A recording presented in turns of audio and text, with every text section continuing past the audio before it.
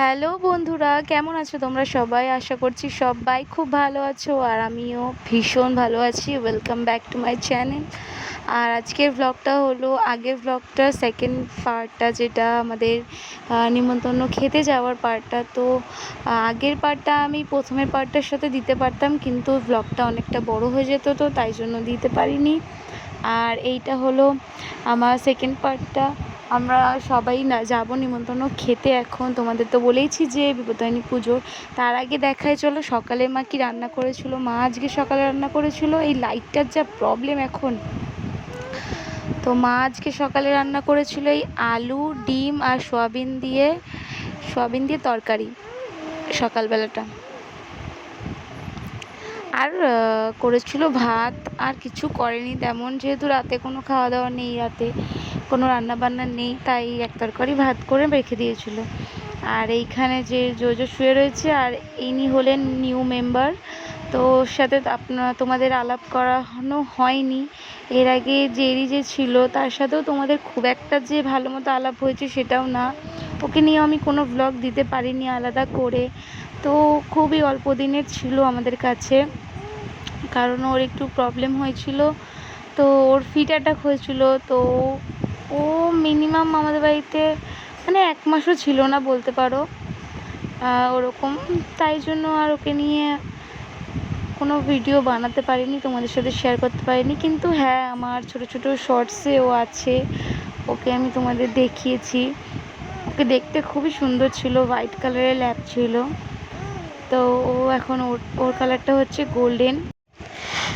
তো চলো আমি এখন খাবো একটুখানি ভাত, কারণ আমি সারা বিকেল আর সারা দুপুরেও বলো বিকেলেও বলো, কারণ আমি ভাত খাইনি। এখানে বললাম যে পুজো বাড়ি, তো পেছনে কফি স্টল বসেছিল, সেখানে থেকে জানলা দিয়ে কফি পাস করে করে খেতে খেতে হয়ে গেছে সন্ধে। এখন খাবো ভাত অল্প করে।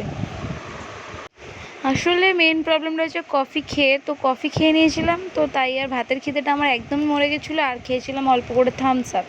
চলো ভাতটা খেয়ে নিই আগে।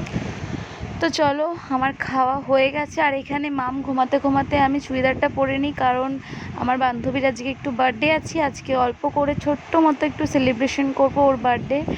আর আমি পরবো এখন এই কুর্তিটা, আর অল্প করে কুর্তিটা পরবো না, রাতে শাড়ি পরে আবার নিমন্ত্রণ বাড়ি খেতে যেতে হবে, তাই ওর বার্থডে সেলিব্রেশনের জন্য কুর্তিটা পরবো। চলো পরে নিয়েছি কুর্তি।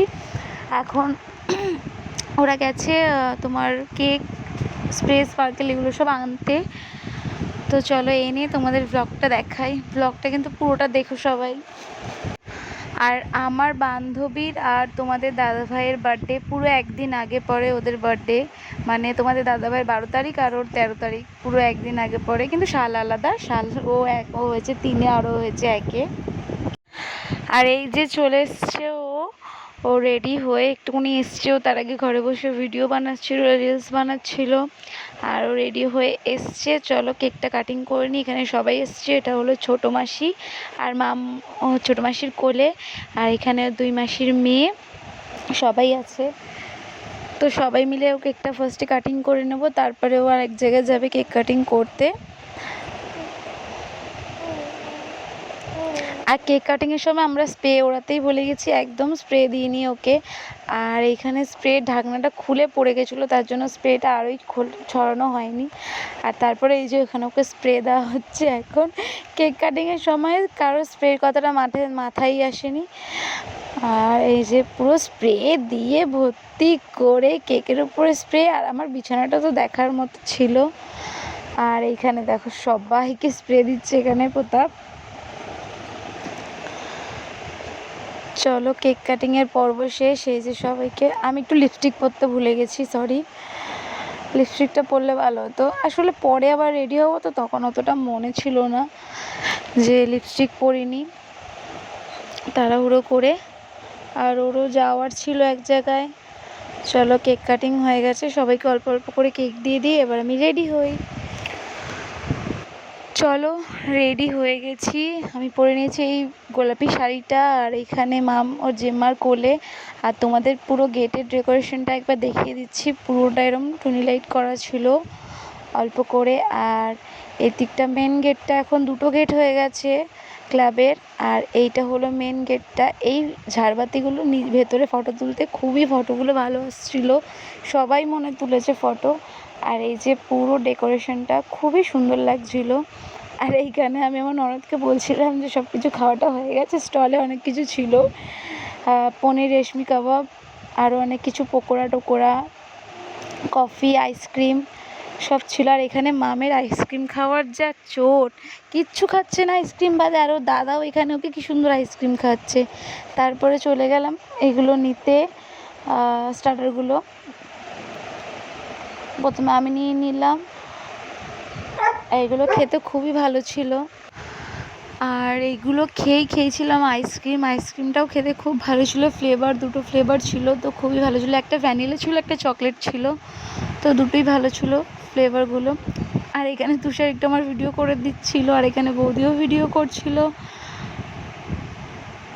আমি আইসক্রিম খেতে পারিনি, ভেবেছিলাম দুটো খাবো, কারণ খেতে পারিনি। আমার তখন ঠান্ডাও লেগেছিলো আর গলার অবস্থাটা খুবই খারাপ ছিল।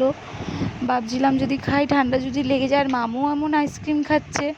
আর এইখানে মা চলে এসেছিলো, মা একটু দেরি করে গেছিলো। আর মা গেছিলো 10টা সাড়ে 10টার দিকে, তার আগে আমরা গেছিলাম। এবার মা গিয়ে যে মাকে তো ঠাম্মি, মানে ওর ঠাম্মিকে দেখে তো মা আমার কাউকে পাত্তা দিচ্ছে না, শুধু ঠাম্মিকে নিয়ে এবার পুরোটা দেখাচ্ছে, তুমি এত দেরি করে এসছো, আমি তোমাকে পুরোটা দেখাচ্ছি। এবার আমরা সবাই উঠেছি খেতে, পুরো ফ্যামিলি। এটা হলো আমার ছোটো কাকি শাশুড়ি, ছোটো কাকা শ্বশুর, আর এইটা তো হলো আমার যা, তোমরা চেনোই। আর এইটা হলো আমার ভাসুর।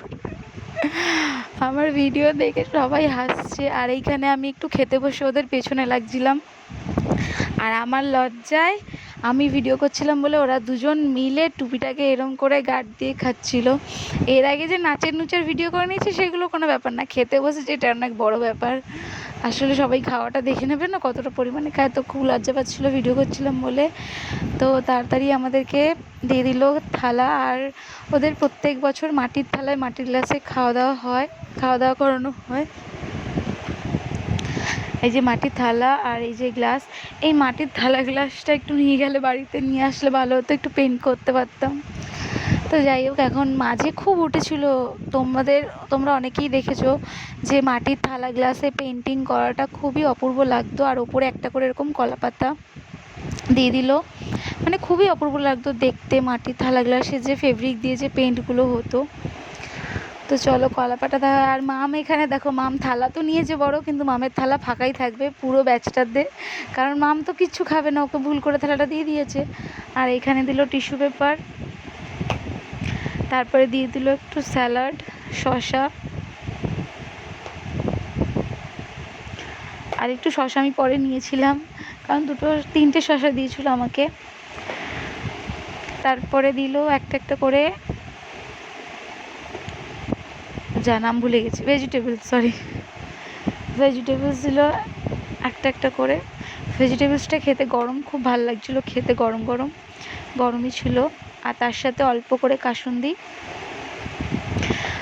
আর আগে যখন আমরা দেশে যেতাম তখন আমি বেশি ভেজিটেবলসই খেতাম, বাসে উঠতো যখন, তখন খুব ভালো লাগতো। আর মানে দোকানে বলো, বাসে বলো, কোনো স্টলে বলো, ভেজিটেবলসের সাথে অল্প করে স্যালাডও দিত আগে দোকানে, ওই স্যালাডটাও খুব ভালো লাগতো। আর এখানে খেয়ে নিলাম ভেজিটেবলসটা। তো এখানে ভেজিটেবলসটা আমার অলরেডি খাওয়া হয়ে গেছে। তারপরে দিল আমাদেরকে রাধাবল্লভী দেওয়ার পর দিল ছোলার ডাল আর সাথে আলুর দম।